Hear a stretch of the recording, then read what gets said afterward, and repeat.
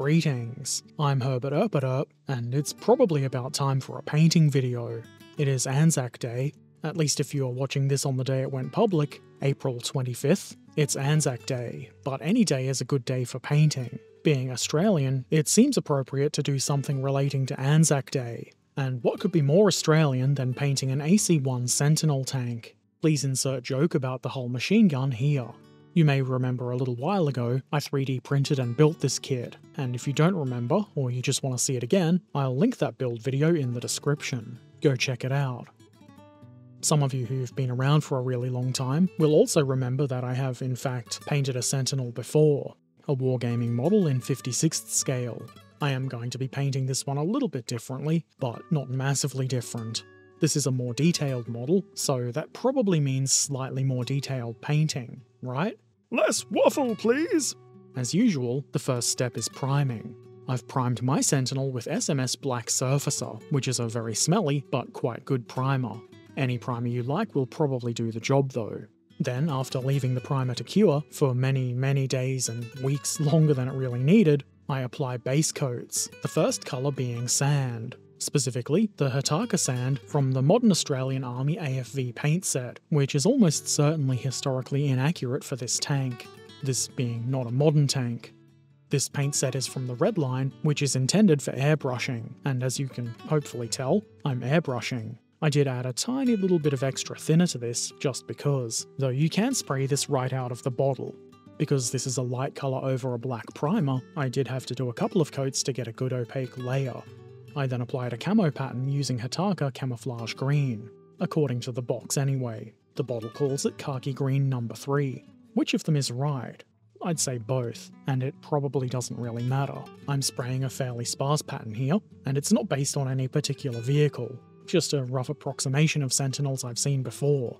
I did consider painting it a solid colour, and I have seen pictures of Sentinels in solid olive and sandy colours, but really, I just like the way these look with a camo pattern. At this point I thought about adding some highlights, but then I didn't. If I change my mind I can, and did, come back and add some. The next step is a wash made up of roughly 1 part Army Painter soft tone and 3 parts water. As always, I almost never do precisely measured mixes, so this is a rough ratio, which happens to be why I use the word roughly.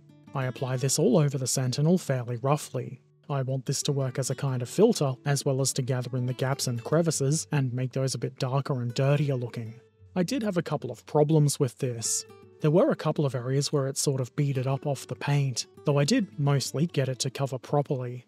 The idea with this kind of thing is to avoid having it pool up too much in any one place, because when that happens, it will leave tide marks as it dries, which don't look very good. My results here weren't perfect. The most notable bit of awfulness is on the right rear of the hull. Ugh. It's not that bad, it can be dealt with. Another problem I had was in some of the recesses, the wash had dried with a kind of white scum look to it. I'm pretty sure this is because the tap water here is quite heavy, and I happened to use tap water for this instead of the distilled water I would normally use. I took care of that by using a fine brush and some undiluted soft tone in a bunch of the recesses and crevices. I decided that, yes, in fact, I would like to do some highlighting, and I've chosen the method of dry brushing. I'm just using the base colours to do a very gentle highlight. Obviously you do have to be careful not to get the sand on the green areas, and vice versa. I'm being very light with this, and the result is, intentionally, quite subtle. It also helps cover up that awfulness that's most prominent on the right rear.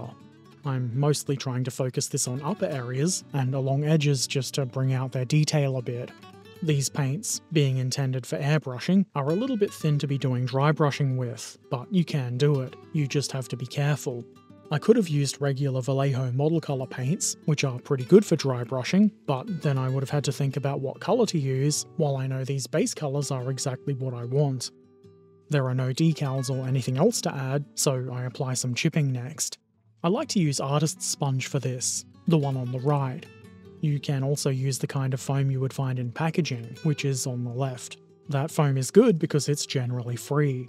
Artist's sponge is pretty cheap though, and it's got a much more randomly shaped texture to it, with all of those differently sized holes that make it kinda look like cheese. Cheese. I'm sure it doesn't make a huge difference, but the artist's sponge does seem to make for chipping that's a little bit less uniform. The colour I'm using here is chipping colour from Ammo by Mig, which seemed quite appropriate. The technique is simple. You put paint on the sponge, wipe a lot of it off, almost like dry brushing, then you dab it on the areas you want chipped. It's important to only use an up and down motion, otherwise you just end up with smears of paint that don't look like chips at all. I'm trying not to go too heavily with the chipping here. I want my Sentinel to be fairly new and unused looking. I mean, they weren't used in combat in real life, so they probably didn't get too much damage. To add a bit more interest, and to get some chipping in areas the sponge can't reach, like the inside of the lifting points, I use the same chipping colour on a fine brush. I add a couple of longer scratches, but not too many. You should be careful when doing this, because if your scratch is too thick, it just kind of looks like an errant stroke from a paintbrush, rather than a scratch. It seemed like a really good idea to paint the tracks next. I started with the rubber track pads and tyres on the road wheels, and for this I'm using rubber and tyres from Ammo by Mig, which is another appropriately named colour. It seemed most sensible to do this before painting the metal parts, so I'm not worrying too much about avoiding those. They'll get painted over anyway. It seems an obvious thing to say, but it's a good idea to use appropriately sized brushes. A larger brush for larger areas, and a smaller one for getting into all the tight spaces. Don't forget about the spare track links on the rear. I also painted the return rollers. It makes sense that they would be rubber coloured. The result is a bit messy, but it's a process. It's not going to look properly done until it's actually done.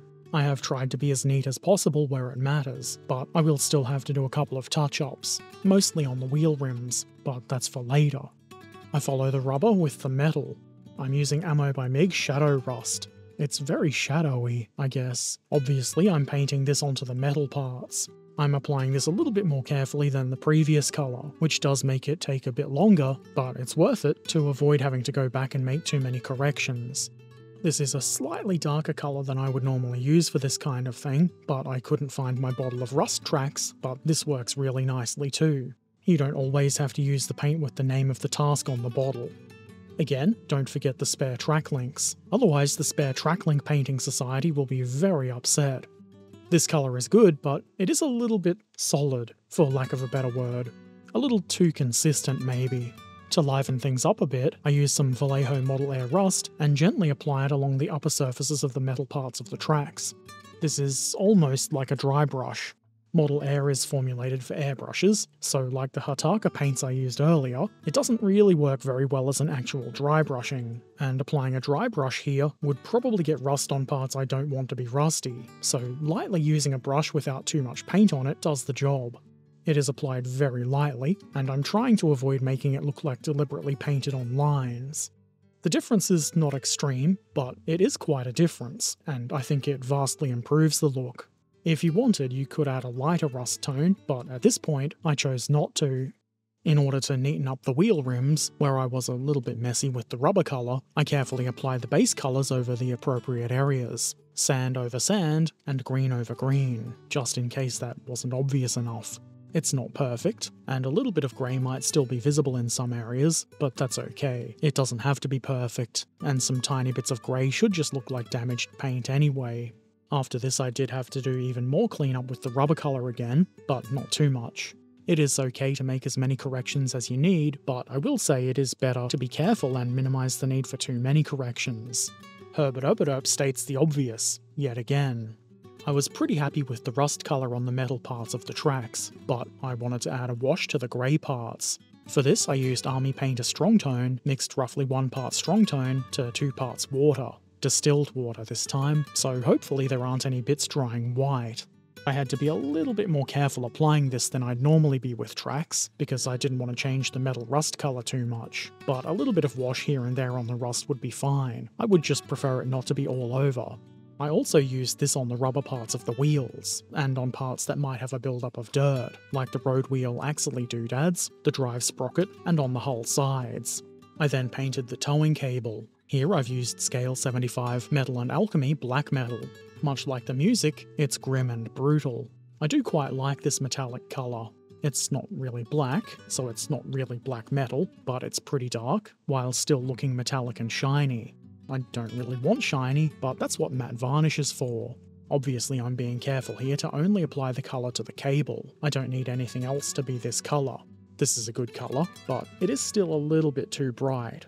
So I apply a wash of undiluted army painted dark tone, obviously being careful to avoid getting this on the rest of the model, at least not yet.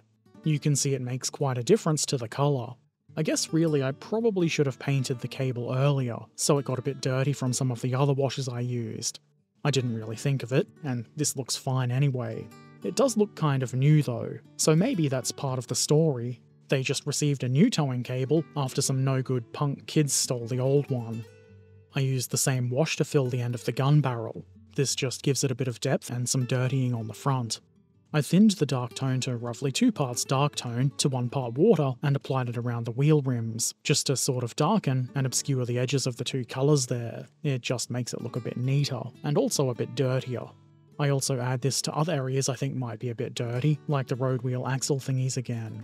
I also add it to the front vision recesses, or whatever you would call those, and in some places along the hull, like behind this bit of bracing where there might be a bit of dirt or shadow, and in this hole on the mantlet.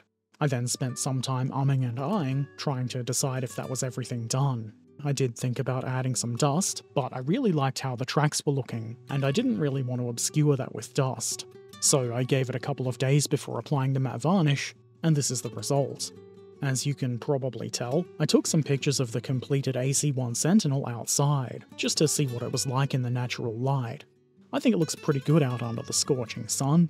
I'm kind of thinking about moving my normal spinning display thing out there. Here it is under the unnatural light. I think it still looks pretty good in here. I mean, it was painted under this light, and for this light, so this is still pretty good, and I'm quite happy with it. I'm especially pleased with how the tracks have turned out.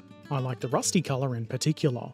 I did, as I probably mentioned, go a little bit heavier than intended with the chipping, but it's harder to notice that from a distance, and it all kind of blends in and adds to the overall effect, so I wouldn't say it's really a problem, but maybe one day I'll achieve the exact level of chipping I want. Maybe. I've seen pictures of AC1 Sentinels with the sand colour both lighter and darker than this, so this is kind of a middle ground. I'm sure it's not 100% historically accurate. I'm pretty happy with how it's turned out though. I did commit the horrendous crime of using a paint set that said modern Australian colours, and this is not a modern vehicle, so I'll probably go to jail for that. Obviously this paint job isn't anything revolutionary or overly complicated. It's a simple paint job, but that's not a bad thing. I've not used very many colours, nor any advanced techniques, so I think this would be pretty easy to replicate for just about anyone. If you do want to replicate this, or you simply want ideas for colours for your own project, I put a list of the colours I've used in the description. If you've got any questions or comments, feel free to leave them in the comments section below. Subscribe if you want to see more of this kind of thing, share it with anybody you think might find it helpful, and if you really like what I do, consider supporting on Patreon or Ko-fi.